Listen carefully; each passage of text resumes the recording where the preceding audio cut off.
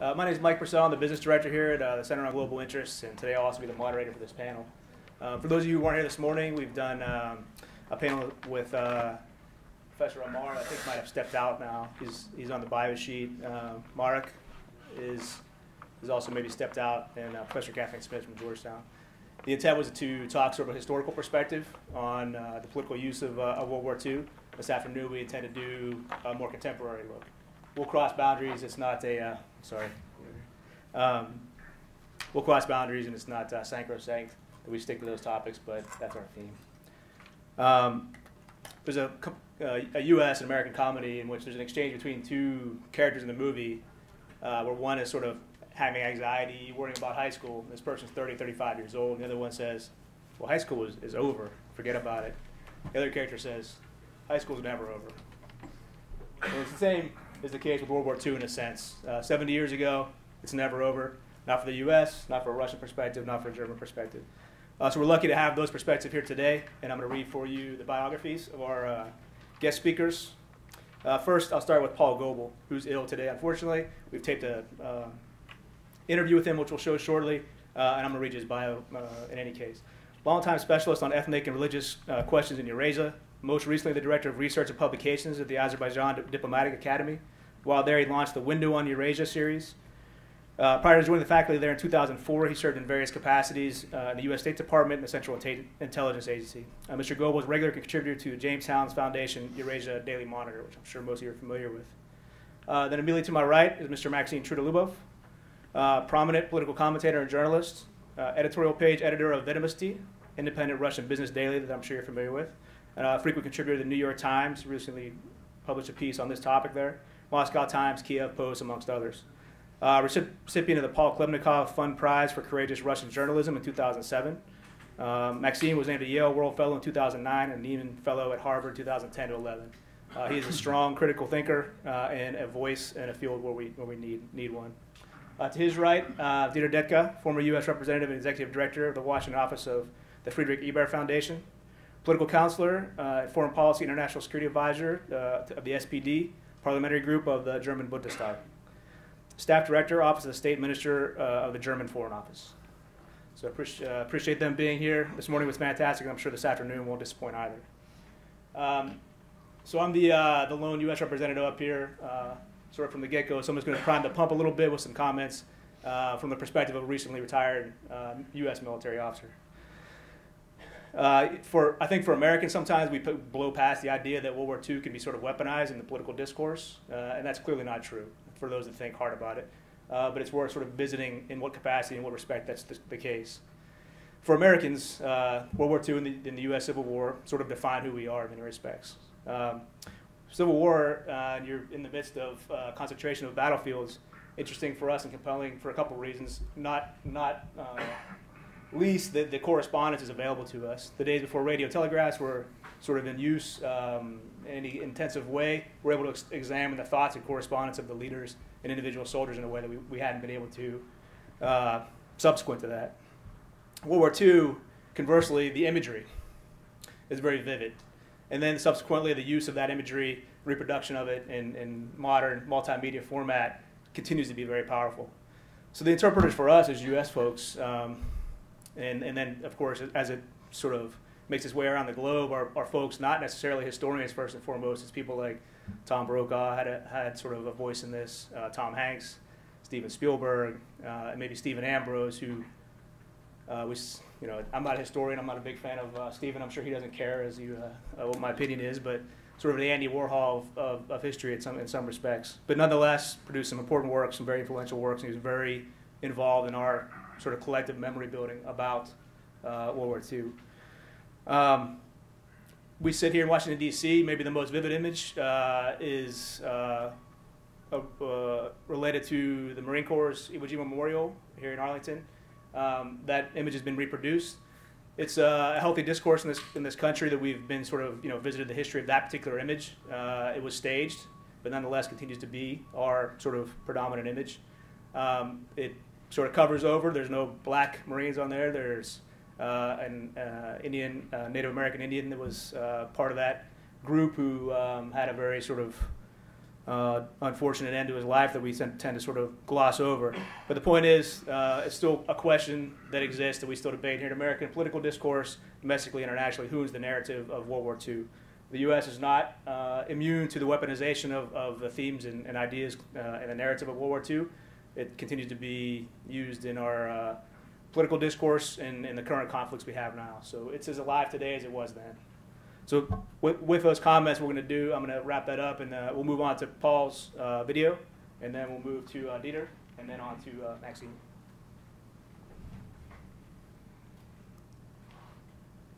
Putin, more than any of his predecessors, is rewriting the history of World War II. And he's doing it in ways that, at least potentially, have the possibility of seriously harming history, Russia's future, and Russia's relationship with the international community. But each of the things he's chosen to do works to his benefit, to his purposes, and therefore it's very important to pay attention to what's going on. There's a tendency on the part of many people now in Russia and in the West to think, to not believe in objective reality anymore, that everything becomes a question of opinion and a personal point of view, and therefore no one wants to take it on. Let me just list half a dozen or so of the changes that Vladimir Putin has made in Moscow's traditional discussion of World War II as an indication of some of what I have in mind. Okay? First, Mr. Putin, far more than any of his predecessors, has privatized World War II. He's made it a distinctly Russian war. It's called, for Russians, it's called the Great Fatherland War. It begins in June of 1941, and it ends on May 8th, 1945.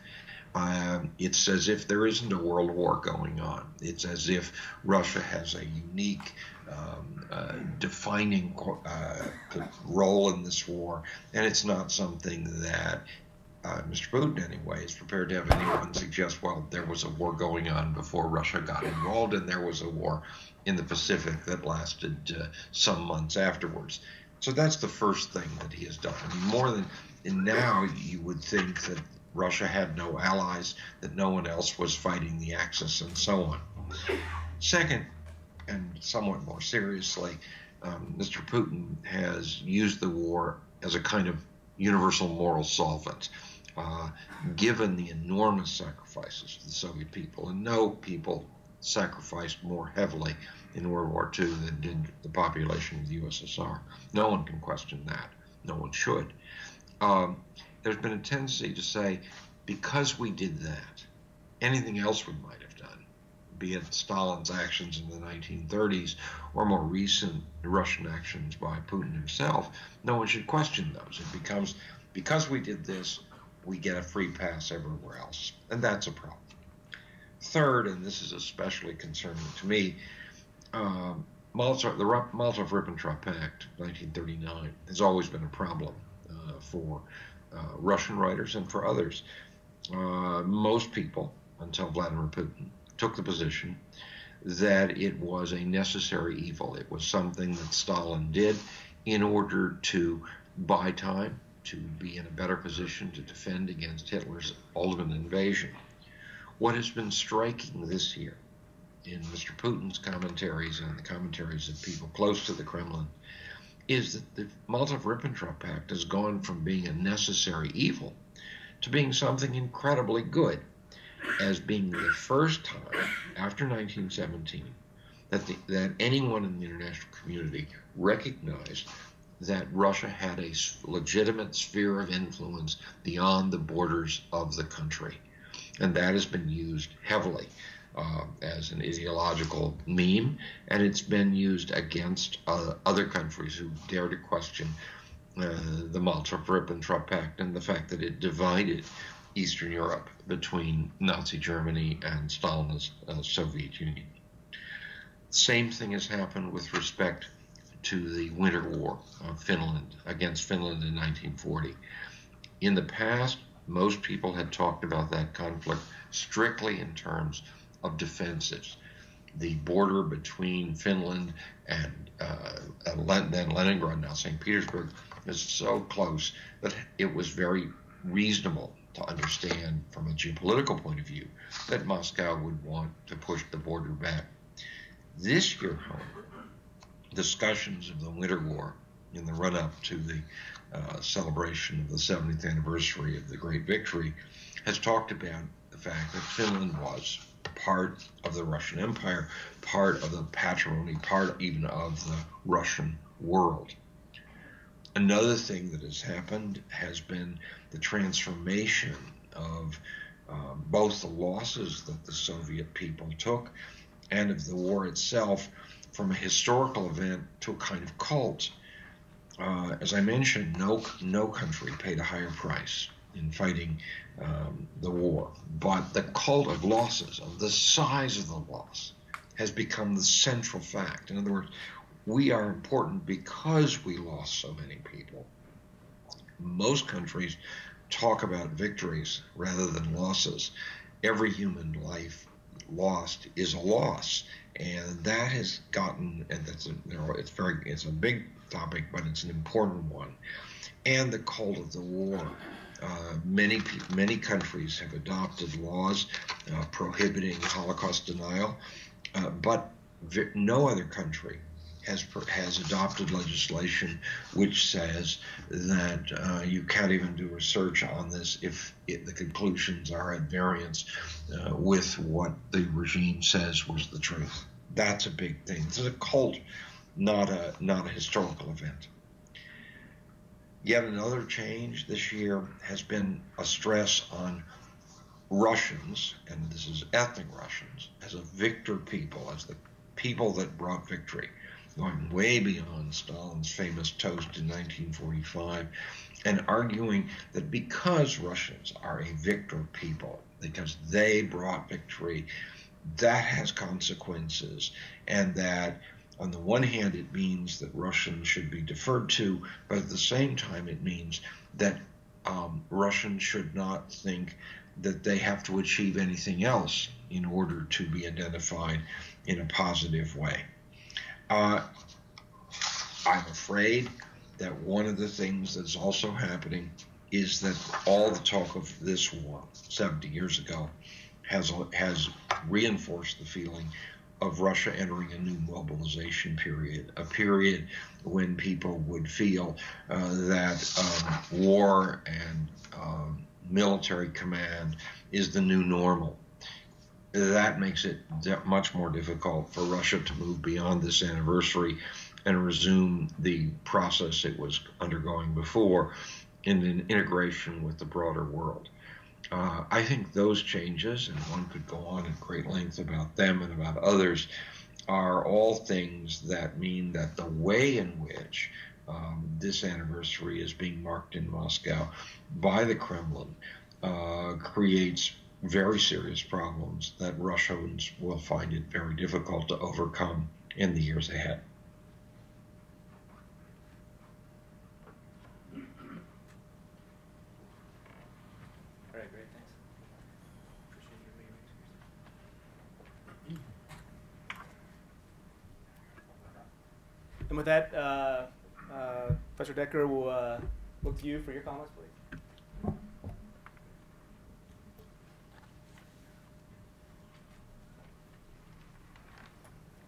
Oh, you want me to start, right? Yeah, I'm sorry. Okay, good. Will do. Well, first of all, thank you very much. And I think the Center for Global Interest should be congratulated on putting on this program. Although after this morning's session, my feeling is there's a lot of work to do and to work ourselves through all the issues that we heard about and the incredible details that we need to look at. It's you also opened up a can of worms, and we'll see. We need a lot of more discussion in order to fully understand what was going on. And I'll try my best here to give you a German perspective on these issues. And you know, of course, how difficult it is for a German to talk about this. And I think you mentioned to me a very important speech by President Weizsäcker on May 8, 85, 40 years after World War II, when he had to address the issue from a German point of view. And he tried to make the point that, yes, we have to address the issue. Guilt is always individual, but still there's a responsibility for the German people to take care of the issues that we have seen. And he also said used one important quote from Yad Vashem, and that is, the key to remembrance, the key to redemption, not remembrance, the key to the redemption is remembrance. And that certainly is and was very important for Germany to do, to remember, and we use the term memory politics here, very difficult subject, but it is so important to work yourselves through these issues of memory politics too, and we have to realize, of course, that this is still going on, politics of memory. That's what's happening right now, and almost as we speak, in Moscow and in other places. So let me just say that, first of all, we have to realize the responsibility of Germany for all of this. The Second World War was primarily about Germany. There were allies, Japan, Italy, if you want to, Hungary to some degree, but basically it was a war about Nazi Germany and this terrible ideology, and Nazi ideology and power, clearly posed a threat for not only for Europe, I think for the entire world. And so Hitler needed to be stopped at all cost and forced into unconditional surrender. And that's exactly what happened on May 8, 1945. And one has to say, since we want to talk about Russia and the Soviet Union, at that point of time, May 8, 1945, the Soviet Union was on the right side of history. And we need to reflect about that too.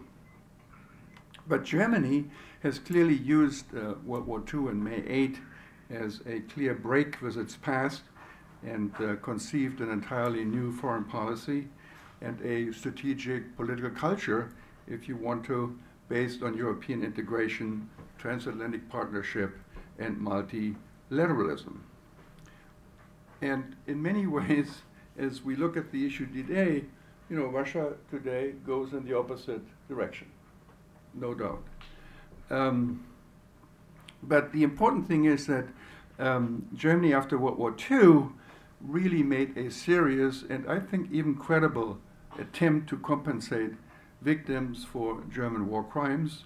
But, again, in view of the magnitude of what happened in World War II and the loss of 50 million people, civilian and military, and the Holocaust, any monetary attempt to compensate victims is practically impossible. Let's face it, it will be by definition insufficient. So in that respect, for Germany, World War II is not over yet. Just consider the most recent Greek demand to compensate Greek for war crimes in the amount of about 170 billion euros. That stands there, and I'm pretty sure we need to address the issue. I mean, you can't just say, we are done, we have done enough in the past, and this is it. No, this issue will be addressed, and by the way, President Gauck already made a remark in that direction, that we will have to address, war crimes in Greece, and also deal with this forced loan that Greece had to make to Germany, to Nazi Germany. But my real point here is that, thinking about it, 70 years after, World War II should really be over, shouldn't it? And we should be able to focus on some other issues, and we should be able to close the books at the devastating consequences of war, and we should be able to deal with the end of World War II on a basis of commonality, because it is consensual to at least from my perspective, how to judge the events and how to see what happens, and of course draw the consequences and conclusions from that. And that is, we have to make sure that a basis of freedom and human rights and democracy is the foundation of our government.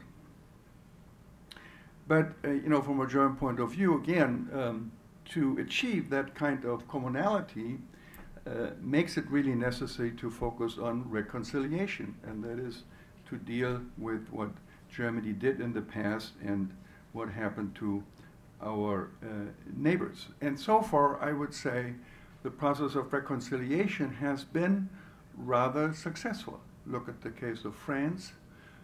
France and Germany are pretty close right now. Look at the case of Poland, too. We were able to overcome the hurdles that we created. Czech Republic, too, we were able to deal with the terrible issues there. And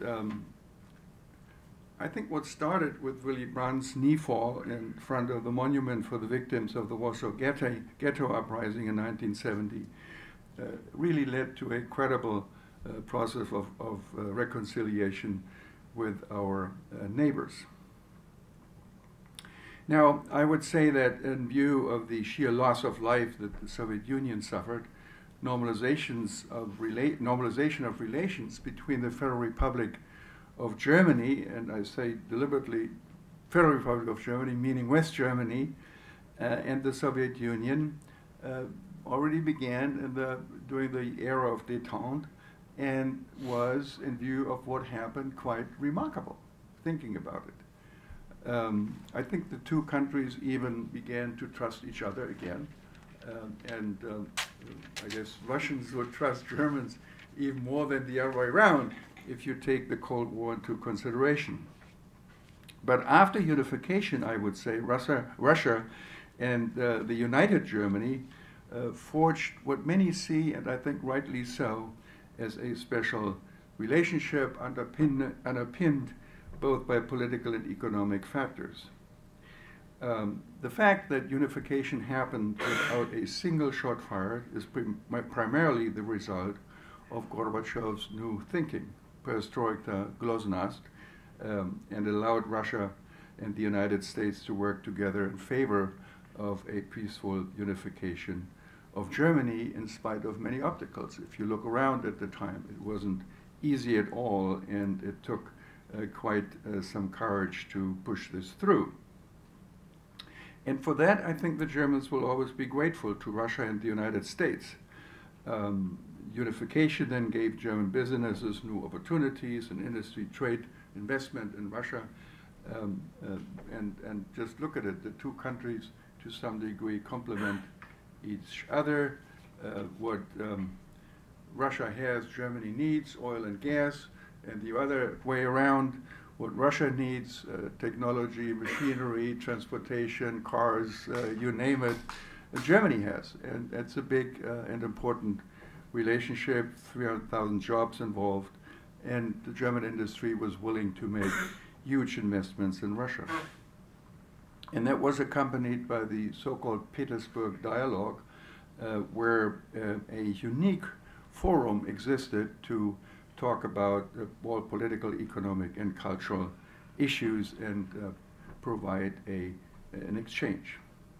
And even today, I should say, the coalition agreement between SPD and CDU, the governing platform for the German government, states that security in Europe can only be achieved with Russia and not against Russia. And this agreement is binding, of course, and it also talks about the willingness and almost the obligation of the two countries to consult each other and work together to manage conflicts in the neighborhood.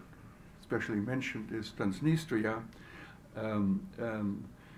And I would say the coalition agreement even helps a little bit to explain Merkel's role in the Ukrainian crisis. So you can say that a kind of strategic partnership was in the making, both in German-Russian bilateral relations as well as in European-Russian relations. Even NATO membership was mentioned in Russia and as a possible avenue for Russia.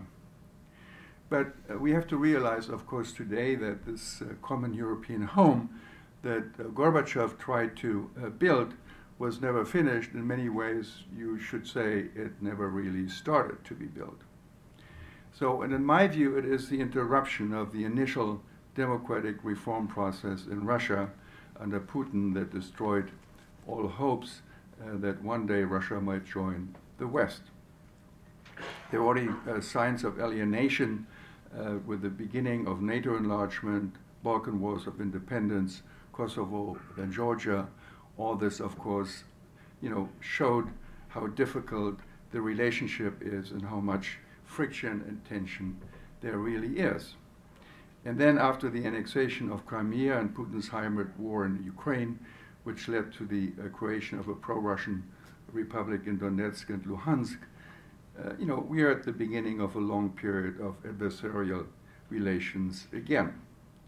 And from Putin's perspective, like at the beginning of the Cold War, Russia is under attack, is under pressure from the US, from the United States, and from Europe, and even sees the Western policy as an effort of regime change and efforts of the West to bring Russia to its knees. And as a result, of course, the historic and heroic World War II campaign against Hitler and fascism is now evoked to make NATO, the US, and the West in general responsible for the clashes in Ukraine. And if you take Zhirinovsky, from his perspective, Russia is even faced with the possible war that the West is planning against Russia. Now, having said that, and considering that the special relationship Germany developed with Russia after the fall of the wall survived a number of crises and disturbances. Gas supplies were cut off in Ukraine. There was a failure to agree to an extension of the Partnership and Cooperation Agreement with the EU that expired in 2007. The war in Georgia and other disturbances in the area. But the fact that we were able to somehow survive these disturbances and crises, should not make us believe that it will also survive the Ukrainian crisis. I think this is a different point now, and it seems to me that we might have reached a point of no return. And Russia's break with the West seems to be definitive, at least as Putin will be in power in Russia. And, given the lack of domestic support for, cooperation with the West, it could even last longer than Putin's regime. And that's certainly a difficult prospect to face. So May 9 in Moscow on Saturday, it was May 8 in Berlin when the capitulation document was signed by General Keitel and General Zhukov. That May 9 parade will now become the most powerful anti-Western military demonstration in recent history. We heard that about 15,000 soldiers will march on Red Square, and about 200 tanks, artillery, missiles, they all will roll past the Kremlin, and it will be a huge demonstration. 68 foreign countries have been invited so far, 25 have accepted, among them North Korea, Cuba, Mongolia, Vietnam, and at a number of smaller ones, I heard that Palau will be there too. Of course, this big power. And what's interesting, and I say that as a European, Europe will be split on the issue because, some countries will, play to have it both ways. Take the the Czech Republic, President Zeman will be in Moscow. Minister President Tsipras will be in Moscow. The Greek government will be in Moscow on May 9. And there's also, of course, what the EU decided to do is to celebrate the end of World War II near Gdansk and in Gdansk, where the World War II began, really. And that is the official EU meeting. And again, we'll see some who want to have it both ways and go to both the Gdansk meeting on May 8, that will be tomorrow, and then go on to Moscow on May 9 for the big military parade. Interesting to note that Chancellor Merkel made a very smart decision not to be in Moscow on May 9, but willing to lay a wreath on May 10, the next day, at the monument for the unknown soldier in Moscow. So I wouldn't say it's an effort to have it both ways, like, Zeman and Tsipras do their job. It is a clear signal of displeasure with what was happened with the May 8, event and the celebrations.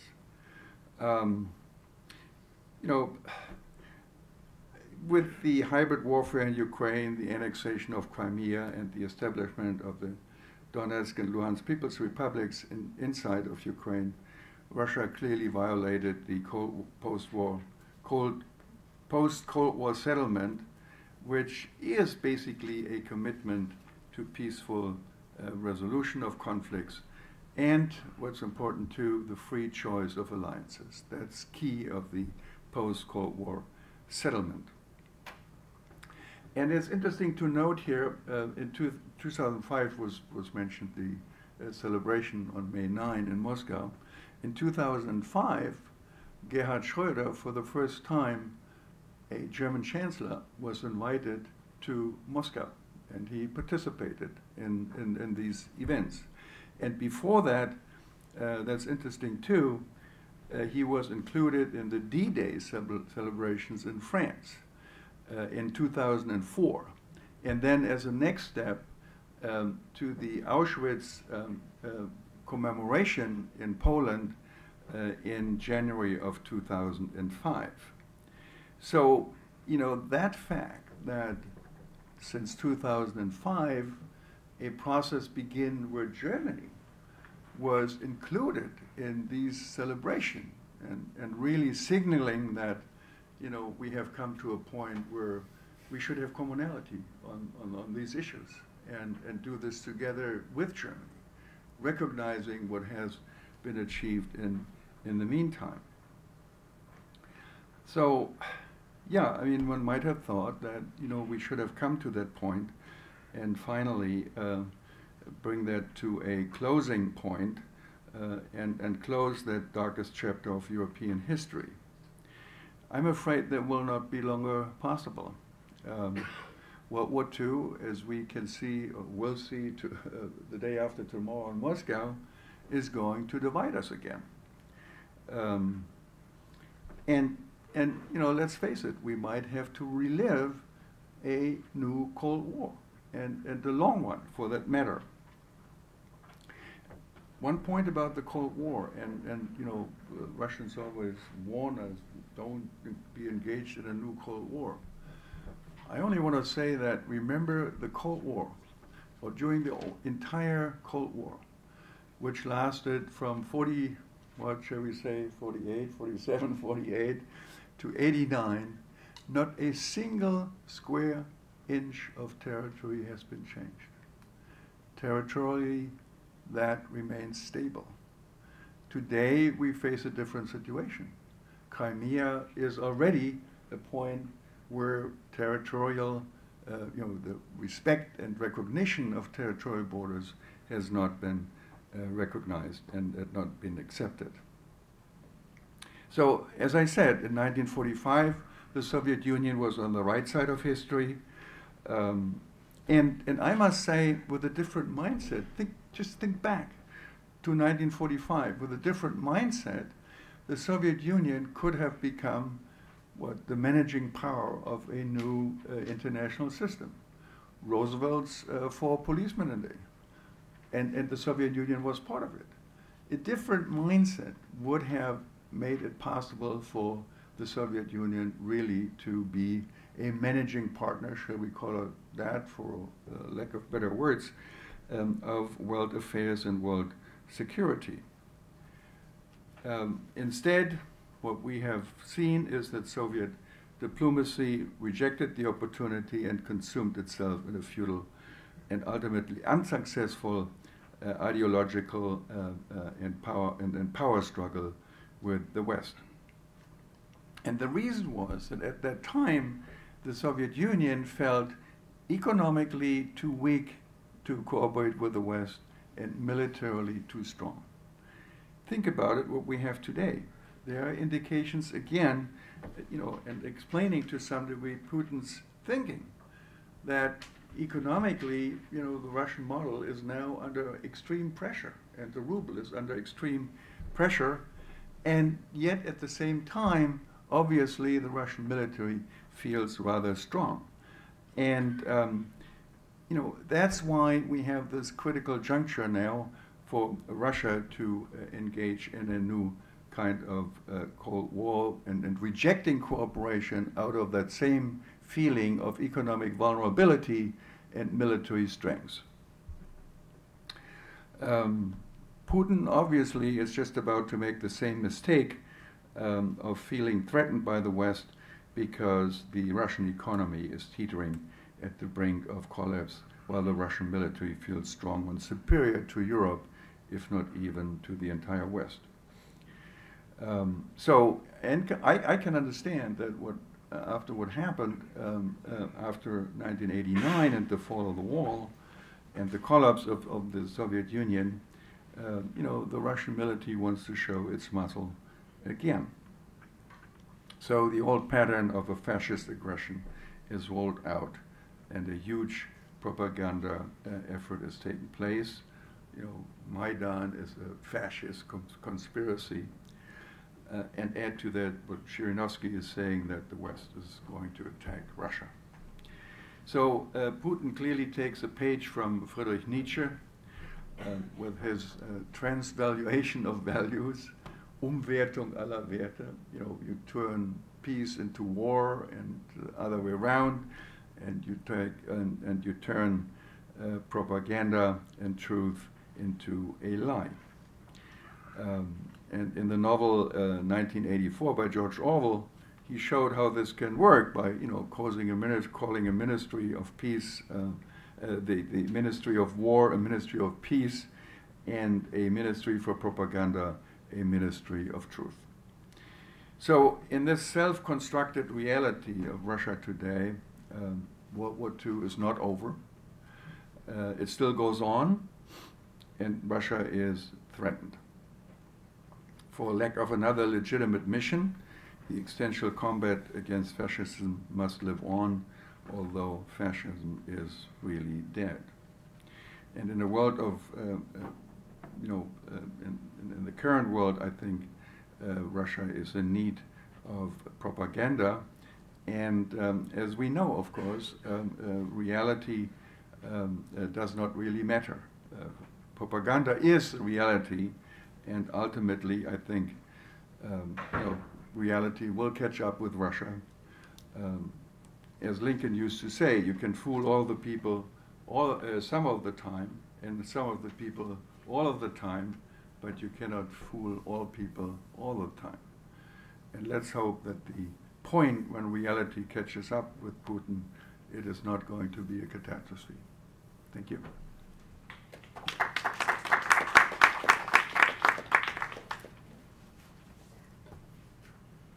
Thanks, Professor. And Maxim? Mm-hmm.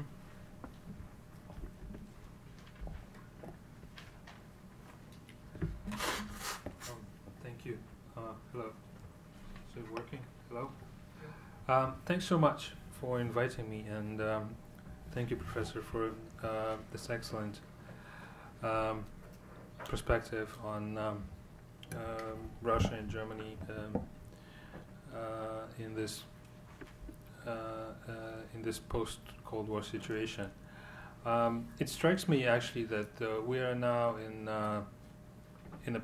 apparently in a post-war situation, because Cold War was a post-war in a way, and now we are post-Cold War and trying to arrange the relationships in some kind of new way, realigning. I will start from sort of a personal perspective about the Victory Day, the way I remember it and the way I actually miss it. Although I didn't think about it that way back, like, I don't know, 30 years ago, when the usual way the Victory Day was celebrated in the Soviet Union was mostly a family affair. I mean, of course, there was a parade or something. I mean, by the 1980s, the years I remember. But mostly it's where sort of the younger part of the family would go visit, see granddad, grandma, have a dinner, watch TV with a parade on screen. But it's kind of really, really homely and nice affair, which almost never involved actually talking about the war. And it was very sort of casual. Both my granddads, who were in the war, one of them, my father's father, would be 100 years this year, which again strikes me. I mean, there are very, very, very few veterans who, real veterans who must be alive today. My second granddad would be 99 this year, 100 years next year. So this is how it was, and it was always about sort of silently remembering the dead. That's basically what it was. Those who died, both in the war and in the country. It was a devastating tragedy, the war. It was like everything bad that could possibly happen to a nation. That was it. Invaded, fighting, destroying. People lost their homes. I mean, people lost lives. People lost their closest relatives. People lost their homes. That's what it was. And apparently up to a certain moment that was all about. That was what people were remembering. And I would think that with time, with the benefit of the distance, the society would go to grow, to be able to look at the past with a somewhat different perspective, through a different lens, that would involve some assessment of Russia's own history, Russia's role, the Soviet Union as an economic and political system, its own history as related to European history, all those complicated issues that would involve reassessment of the Stalinist past, of the Soviet past as a whole. But this is exactly something that didn't happen, or was prevented from happening, actually. I would think that would be a natural cause of event, because that's what happens with the benefit of the distance. You sort of the farther you are from the actual historic event, the more generations pass, You have all the history, scholarship at your advantage. You have the knowledge. You have the distance. You can look at it. But what's happening in Russia is actually sort of almost the opposite. It's sort of bringing the events closer, or sort of in some kind of theatrical, overstaged way, which strikes me as very artificial, completely unnatural, and distasteful. And I'm sure I have the right, sort of all the moral right to say that, because I remember my granddads very well. They wouldn't like it, I know it. And so, I mean, what they would like would be us, the third generation in my case, to have an enlightened and informed discussion about what happened, to say things they were themselves probably wouldn't be saying, for the obvious and very understandable reasons, because they lived that time, and they were too close, and they couldn't possibly be sort of removed, and couldn't possibly look at those events as professors or some kind of detached, removed researchers. But that didn't happen. At least this is not mainstream in today's Russia. And today's mainstream is very active sort of rebranding of the war,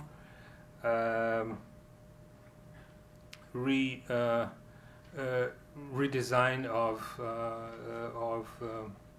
the politics of memory, which is what Russia also by now definitely has a politics of memory of its own, which is very different from Germany's, probably the opposite. And this is, I mean, there are lots of ironies in that. Basically, what is happening is that by sheer aspiration to highlight the Soviet Union's role in the Second World War, which is sort of a kind of inherited, I mean, this thrust, this aspiration to defend the Soviet Union as the primary agent in the Second World. It sort of comes from the Soviet Union, because I remember it very well that we sort of were growing with the feeling that the West wasn't sufficiently sort of paying attention, wasn't recognizing the role the Soviet Union played in there. So it's sort of, we inherited that, and it continued to prove to the rest of the world, and Putin and his and his cohort, and his the sort of the inner circle, the people who make decisions in today's Russia, they continue to push this, sort of to try and to prove again and again the Soviet Union's crucial role in which no one is actually disputing it. But this very aspiration and this very direction of political this policy of trying to bring the Soviet Union back as an important agent is actually sort of its flip side, is the creeping sort of, I would call it, detoxification of Stalinism, which is also a very active and very real part of Russia's politics of memory. They're sort of the two sides of the same thing. It turns out in sort of in real life, it's always like this, because whenever you start in Russia, in sort of in a public discussion, whenever you start something about Stalinism, sort of the first or the second voice would be, and how about the war? And it's like, and who defeated the Nazis, and who was the... Sort of, it's always like this. Or when you start about the war, and somebody sort of mentions something about the the terrible loss, the tragedies, and the way the war was conducted in the first place. I mean, but we won the war. So these are two sides. So Russia, the Russian society is stuck because it sort of historically happened so that these are the two sides of the same thing, and it kind of looks at the moment that it's almost impossible to detach, to decouple one from the other and discuss Stalinism in earnest and go back to actually remembering the dead and remembering the tragedy of the war in earnest as well. That would be ideal from my perspective, and that would actually allow today's Russian society to look through modern eyes, through contemporary eyes, taking the benefit of all the historical research that by now is incredibly well, I mean, this period is incredibly well researched, to look at the Soviet Union's role before 1941, which is almost a taboo subject in today's Russia. Sort of the fact that the Soviet Union and Germany were actually complicit at first is impossible, almost impossible to mention without getting a sort of all hell breaking loose, because it's impossible to discuss. It's sort of not true, although it is. That's how this mainstream works. So I think that's basically sort of the heart of the matter. The strange way in which the memory of the Great Patriotic War, which is how it's called in Russia, not the Second World War. Paul Goble is right in that. It's almost impossible to bring sort of the Second World War in the context in Russia, and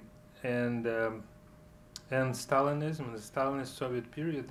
They entangled, they're tied up, and I think the future, our future, is. I think it's impossible to imagine Russia's future without an honest and mature discussion of the Soviet past as an important historic issue in itself, so that we don't use it, don't use the apologies, don't use the kind of the tools that would allow us to somehow to detox it, to take the sting out of it, to somehow say to ourselves that it was sort of okay because it proved that it was efficient, which is basically what the logic of the current politics of memory is. It was too bad, but it worked. That's basically how it's being explained. But this is the wrong way, and I'm sure that Russia will have to move in that direction, in the direction of decoupling the two phenomena, addressing it honestly, and growing, and sort of growing to becoming a sort of a responsible nation. I haven't mentioned one sort of another, and I'm wrapping up soon. Another issue which is complicating this whole thing even further, and this issue is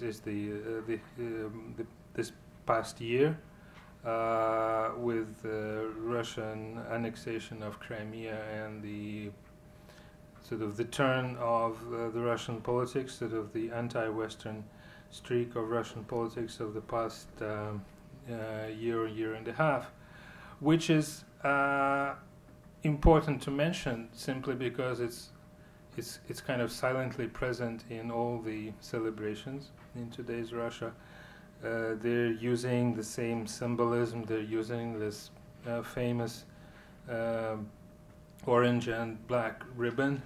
That is both the symbol of the separatist movement in eastern Ukraine and used in Moscow and in all the celebrations of the Victory Day, which is again something that the kind of I understand why the authorities are trying to merge and to merge these things and try to present it as parts of one and the same thing. But this is something that I find completely distasteful and wrong historically. Again, there is history and there is today's politics, and Russia, I think, has to learn to live without propping it sort of up with symbolic gestures, with artificial triumphalism that is just theater and show, doesn't have any real effect on our future, doesn't contribute to our development and growth. This is the kind of deadlock where the current political leadership is created for itself. I think we have to learn and outgrow it. So I conclude by just saying that I congratulate everyone for whom the Victory Day is Russia's Victory Day is a holiday, and in my family it's always been a very important day. But I think that this is one part of our history, and Russia's role in the world, its mature attitude to its Soviet past is something different that we also have to consider and learn to study as well. Thank you so much.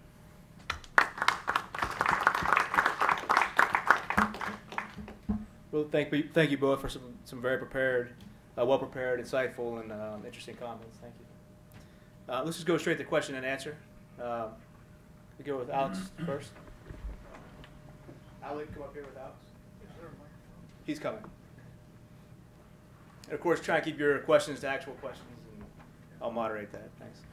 My name's Alex Vanos. I used to teach about the Caucasus at the Foreign Service Institute. I have a question, but first I want to quote my dear friend Paul Goble, who says that Americans are the only creatures in the universe who think that for every problem there is a solution. And if there's no solution, it's not a problem. So as an American, we've heard some very dire comments. May 9th, it's going to be a very important anniversary. Things are not going to be the same. Things are impossible. We're at a deadlock and so forth. However, there is a major difference now, which is that Russians have traveled more, have new technology. Friends I knew in the 1990s in Moscow, journalists who had never received a telephone call from outside the country, are world travelers now. That's a basic change. So, as an optimistic American, I think after May 9th, there will be May 10th, May 11th, May 12th, and there will be some growth. And my question is, do you agree or disagree with me? Yes, thank you for the question. Is there room for optimism? Yes, I in spite of my comments, which were really very pessimistic. I think something has broken down, and we have to realize that something did break down. When my colleague spoke here, one thing went through my mind about Putin, and that is, isn't it interesting that he brings up, you know, the heroic story of World War II, but at the same time defends, well, maybe that's too strong a word, but makes comments about the Hitler-Stalin pact that shocked me. You know, playing it down as, you know, that's how politics was done at the time. That's a contradiction, I think, to what he was really trying to do. But to the larger point, my hope would have been, and always was, that even what Putin achieved was the establishment of a Russian middle class. And when you have a middle class, then it's, from my perspective, a question of time before that middle class begins to demand the implementation of, you know, standards of decency, acceptance of participation in government, you know, rejecting authoritarianism. You spoke about travel, you know, that's there. You speak about the technology and the equipment and the internet and everything that Russians can use too. Yes, I would say there's a great hope that this will change the regime ultimately. But if you look at how Putin, you know, runs the country, it is, he's stuck with it. I mean, ask yourself the question, after what happened now, can he turn around? Can he all of a sudden say, no, wasn't meant that way, you know, we can cooperate with the West? I think he pushed himself into a corner where, you know, he has to paint and push Russia against the West and you know, keep that threat perception through. For what purpose? I don't know. Maybe he begins to realize that it will damage Russia. The economy is probably the first indication where he will feel that Russia has chosen the wrong way. But I just can't see how he himself can turn around. Yeah, the Russian society, yes, definitely. I mean, you know, I can see the middle class that wants to be united, you know, with Europe and with America and with the West and enjoy the same type of freedom that we do. He has to, in order for the security of his own regime, he has to maintain the other position. Just look at how it is perception of the Maidan. I think the real critical point for him was that ultimately the Maidan, if successful, would you know, threaten his own regime in Moscow. So that's what I have to say to it. And I'll just add a couple words, if I may. I mean, these are two different subjects, of course. But actually, surprisingly, I think that by now, the politics of symbolism, which we are discussing here, we're discussing, you know, politics of memory, politics of history, is actually affecting real life. This year, Russia is, I mean, we don't know, but we will lose, the economy will have negative growth for the first time in what, in 15 years. Like a serious dip, 3% or 4%, which is incredible. With Russia, you know, Russia was on such an incredible trajectory of growth for the past years, creating exactly that middle class you mentioned, and it's just, you know, it's tragic, and people are leaving, foreign businesses are leaving, because there's no perspective, there's new investment doesn't materialize. So it's pretty bleak right now in the sense that, you know, in the sense that, exactly in that sense you mean, that people, you know, what they plan for themselves, how they see their lives. Of course it's, I mean, it's a big country. There are people who don't even think about these things. They just, you know, go to work. But sort of the important sort of the edge, where people who are pushing forward, people who are responsible for economic growth, they actually are hurting right now. Let's hope it's just, next year will be better than this. Thank you. Dr. Amaro, I'll put you on the spot real quickly. Do you have any thoughts before you jot off to your train? Wait for the microphone. Oh, I'm sorry. No. I was just thinking about the relationship between the economic change for the voice and the change in history politics and memory politics and the symbol politics. I mean, it's just, I think it's possible that it also works the other way around, unfortunately, because the Russian economy has really not had the typical sort of Putinist growth rates since 2008, right? I mean, you have still had growth, but it was significantly less. I mean, the Putinist deal, which is, I give you authoritarianism ever increasing and you get high growth, was already at an end, right? And unfortunately, I think there's a way in which this tightening, this further tightening of authoritarianism that also plays into this outside aggression is a response to that. And if that's true, then unfortunately it's a feedback mechanism, and that goes in the direction I fear of pessimism. But that's just a just a thought. Obviously. Thank you. Yeah, just one brief response. I mean, you have to remember, of course, that Putin's growth, and he came in at a time when the oil price was high. Around 2000, brilliant perspectives. Russia was, collecting hard currency, surplus country, you name it. It was, in many ways, on the right trajectory, except that it hasn't been really used for lack of a better term, for a fundamental modernization and reform of the Russian economy.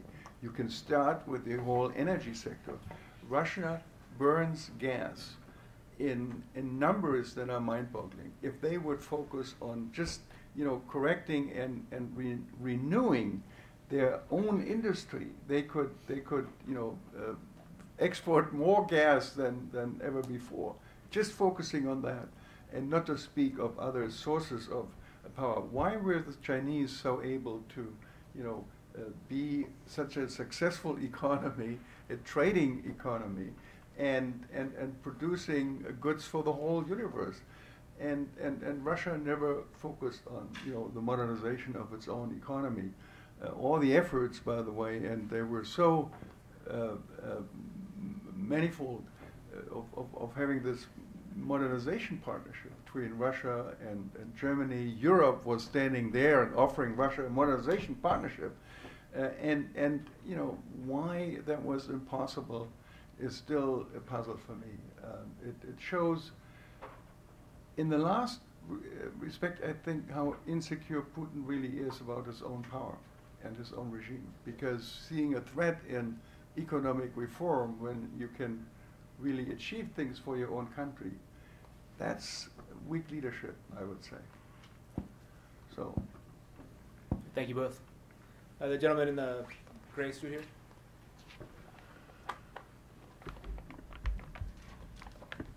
Yeah, thank you. I'm Mark Tokola from the Korea Economic Institute. I'm curious if there's a balance that can be struck between two beliefs. The first belief that all UN member states are sovereign, independent, and free to join what alliances they choose. And the second belief that Russia has a fundamental legitimate interest in countries around its border, and its opinions must be taken into account in the direction those countries take. What is the question? Can you find a middle point? Can both those beliefs be accommodated? Do you know how to answer the question? Well, probably they can. I mean, that's. I mean, I think everyone hopes that. It's just that currently there's a clear asymmetry and the clear disconnect between Russia's politics, especially in the former Soviet Union, and the rest of the world's perception of that. So, and Russia sort of has an advantage of the first move. Russia moved first. Russia made the first step. So we have to I mean, I'm sure that in an ideal world there is a solution, there is a balance. It's kind of difficult to expect from a big country like Russia to be completely to completely ignore what's happening in its neighborhood, in its surroundings. It kind of doesn't sound like natural. Every big country takes care about its security, and in that sense as well. But it sure can be done in a peaceful way. I mean, that's actually something we've been arguing for years. I mean, people like myself. I mean, you can live with Ukraine in perfect peace and harmony without fighting each other, which is sort of almost it's so obvious you don't even have to talk about it. I mean, economically, we have so many ties. We have such a sort of such a strong interconnection that it will be only natural. And I mean, the Kremlin itself, it looks at the European Union and says we want something similar in Eurasia, and they've starting to build, already started this year, the first year officially of the Eurasian Economic Union. But and that's the way. It's actually there. It just has to work. It just has to function. Yeah, but how can the, for instance, for example, the Eurasian Union as an instrument of Soviet, of Russian influence really work? I mean, the members are Belarus and Kazakhstan, right? You know, that's not an addition to Russia's economy. The contrary is true. Belarus and Kazakhstan see the dramatic drop of the ruble as an economic threat for themselves if they would enter that kind of union. That doesn't make sense. I mean, I can only interpret Putin's minds in two ways. Either he is really serious about what he said about the collapse of the Soviet Union, the greatest catastrophe of the 20th century, and so we need to restore the old order, in brackets, and he knows he can't do that. That's trying to stomach too much. But what comes back is, and watch out for this, is the new doctrine of protecting Russians abroad, right? I mean, that is visible and has the quality, I would say, of a real doctrine. They want to be, serious about it, of watching out for Russians wherever they live, and that's of course particularly in the neighborhood. And the economic models that they try to offer are just, I mean, from my perspective, not working. And would be better really to let these countries focus on other economic and trade flows rather than, restrict themselves to a market that really doesn't help either way. I mean, it's not a big addition for Russia, and it's certainly not beneficial for the member countries, those who are willing to participate. And I know only two. Name another one. He wants to have, of course, the Ukraine part of it, but I don't see a possibility for that because of the lack of economic perspective that Russia offers. The best idea that I can think of really is if Putin would be serious about his own proposal of creating a zone from Vladivostok to Lisbon, a much larger market beyond the boundaries of the European Union, and see that as, a potential asset and potential for development of the Russian economy too. That would help. But to create this Eurasian Union, I mean, that's modeled, terribly close to being a sheer copy, a paper copy of the European Union. Look at the institution that they have. It's the same thing, council and committee and commission, and these are all, words but taken from but that's the better. institution. But that's better than invading Ukraine. And as always, I mean, this is going to be a bad copy. No, but you this go is for the real thing. no, but compared to what's happening in Ukraine, this is just perfect. I think. Yeah. It's almost 1:30. We started 10 minutes late, so I'm going to go to 1:40 at least. If somebody needs to get up and leave, we're all WWII here. You can feel free to do that. So let me go with. I'm sorry. So let me start with you, and then we'll go behind you. Steve Winters, Washington-based researcher.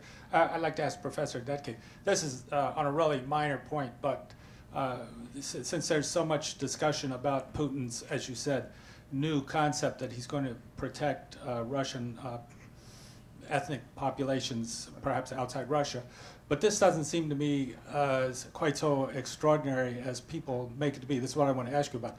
But isn't it true that for years, Germany, West Germany, negotiated with Poland to guarantee various rights to the ethnic German population in Poland, in particular their own schools in German, language rights? I remember in 1999 or 98 with the ethnic riots against the Chinese in Jakarta, where I was at the time, the Chinese government made a statement. Look, if the Indonesian government is unable to protect the Chinese in Indonesia, we will protect them. And I think the Israelis have made various intimations of their willingness to protect Jewish populations if you saw another Holocaust occurring. So where is anything unusual in what Putin is doing? Maybe you don't like the way he's doing it, but the concept, that's right in the Germans, with the German ethics in Poland. Well, yeah, I can tell you what's missing. Look at what the Germans did in Poland. They created these centers for the German minority with Polish cooperation. They got newspapers in German and enjoy German language training, cultural things, films, movies, everything. And these Germans living in Poland don't necessarily want to emigrate. They want to live in Poland and enjoy life there. I visited these centers and they're wonderful. I mean, they get together, they sing and they cook and it's working. If you have a consensus between the two countries, and that's what we achieved. Russia doesn't really link up in a positive way with Russian minorities, let's say in Lithuania, in Estonia, and other countries, and not to speak of the Ukraine. You know, there is the lack of a positive connection that doesn't, put, Russians living abroad into the same situations that Sudetendeutsche in Czechoslovakia and other places felt to, as Hitler called it, Heim ins Reich, to join Germans. And what he did fundamentally was then to go there instead of, the Sudetendeutsche go to Germany. Hitler's armies went to Czechoslovakia and brought them home that way. That is the dangerous way to solve things and to deal with minority issues. That's what you do not do these days. And one of the greatest crimes, I think, of the Soviet Union and Stalin was the nationality policy, to transfer people, the Krim Tatars, the Germans that lived in Ukraine, and they were transferred to Kazakhstan and Muslim areas, and the Jews were transferred too. This replacement and deplacement of minorities is a shame. It shouldn't happen. You should look for better ways of looking for the interest. I see a legitimate interest for Russia to look for Russian people, but let them be there. Find a positive relationship with them, and don't put pressure on them, or don't put pressure on other countries, seemingly and apparently in favor of these minority, while in fact, you want to put pressure on the country where they live. That's what they do in Estonia, in Lithuania. Well, if the Kiev government passes a law banning the use of Russian language, what's Putin supposed to do under your version of events? No, I don't agree with that. That you would suppress the language. I know that Ukrainians, the Ukrainians that I know, name one who's different, mostly speak both languages. So they can deal with it. There are possibilities. You don't have to do that, pass that type of legislation. Okay, thanks, sir.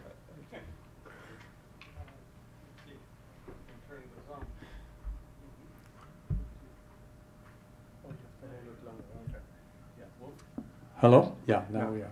We are here. Wolfgang Schäfer of Georgetown International. Let's go back. After the Second World War, we had a two-polar world, Soviet Union against the US. At the time, the US had a GDP representing 60% of the world GDP. Now, the US GDP is 25% of world GDP. Two questions in that context. How does that change the Cold War scenario? Because obviously, you have now the US being much smaller part of the world economy, Soviet Union, even much, much smaller part. So that's the first question. How would that play out in the multipolar world we have right now? And then the other question is concerning Putin's Russia. Well, how do they feel to have a very powerful neighbor to the east and another very powerful and even faster growing neighbor to the south in India? Mm-hmm. So how does Putin feel about that? Because suddenly he's not one of the big guys anymore as they used to be after the Second World War. Maxim, can you? I can say something to the first part of the question. Yeah. Okay, and that is, yeah, sure, your numbers are right, Wolfgang, but look at the 60% for the United States in 1945 or whatever year you had in mind. The United States wasn't stagnant, right? It's the fact that others grew, China in particular, and very fast and all that. It doesn't shrink, it didn't shrink the US economy. The US economy is still pretty strong, even if the numbers for others are getting bigger. And that's what the United States really wants, because it's beneficial for them too. Trade grows, and the exchange with China is the workbench for the United States in reality. So this helps, and I don't think that this is a sign of decline. It's a beneficial development for everybody that others grow. You don't want to have that dominance that the United States had after World War II permanently at the expense of other countries. Let them grow. That's the secret of American empire, I would say. You invite others to join and to encourage them to grow. And that's how you are successful. Not by, commanding economies and trying to tell people what to do. You take the second part.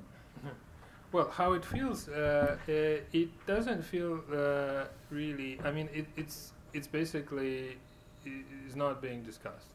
That's the short answer, because the mainstream, the public sphere is filled with sort of Russia fighting with the West, Russia being counterbalance to the West. Led by the United States. And that's the kind of picture that is being created. And China is rarely mentioned, usually as an economic partner. And usually it's sort of, they would always say that Russia is building Russia has its own pivot to Asia, just like this country. And, well, supposedly.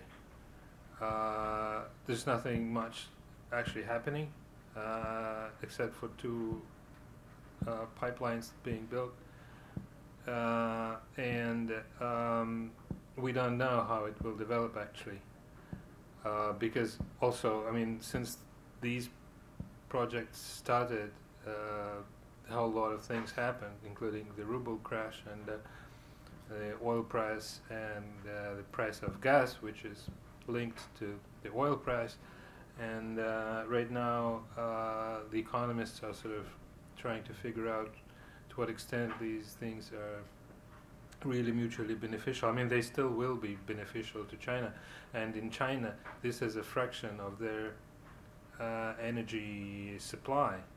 These two projected pipelines, there will be a fraction, so like I don't know, less than 1% of what China needs. It's a big thing for Russia. So the issue is not being discussed. I would put it like this, except that in an expert community. I mean, of course, yes, that is a big issue, but it's not being. It's not. So the Russians, the majority, live with a worldview where Russia is in the middle of the world, essentially, and this country, like Washington, President Barack Obama, goes to bed with the thought about, containing Russia, and wakes up and thinks, checks the news and tries to sort of to stop Russia from, from whatever, from developing. I don't know. Just one footnote. Russia is part of two organizations where China and India are part. One is the Shanghai Cooperation Council, and the other is the BRICS, right? And Russia somehow seems to see a future there. I can only say good luck. I mean, in the Shanghai Cooperation Council, Russia will be the junior partner of China. I mean, look at the economic figures, look at the population. Yeah, I mean, one fact, Russia has just recently joined this infrastructure investment bank that China has initiated. Russia was rather late, which is quite surprising to me. I mean, if you... so, I mean, this pivot to Asia is... I mean, it needs a lot of development. I would support it. I mean, just for a second, if we forget about politics, we have to realize that Russia is where it is. It will always stay geographically in both worlds. It will always need to be on good terms with both the West and the East. And it's only natural. The thing is that in real life, despite all the talk, Russia is overwhelmingly tied to the West. It depends from the West on like a lot of its revenue, more than half. Its relationship with China is only beginning, and we'll see where it leads us. Okay, we'll end with that question. I want to first read a line out of the speech from President Weizsäcker's in 1984. So the 9th of May is a day of remembrance. Remembering means recalling an occurrence honestly and undistortedly. This places high demands on our truthfulness, such as to become part of our very beings. And I think both of our speakers today came sort of with that attitude and disposition to this topic, and did a fantastic job. I'd like to help me say thanks to them.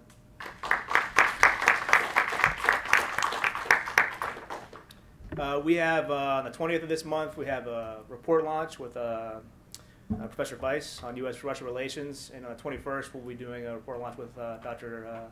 Marlene LaRue of George Washington University. She's written a nice paper on Ruski Mir, Russian world, and we'll of course put that information out as we near those dates. So thank you all for coming today and participating. I'll give you a round of applause from me as well. So I know you're all volunteers, so thank you very much. Thank you. So, yeah. I'm actually finishing. Yeah, I'm leaving. Back home.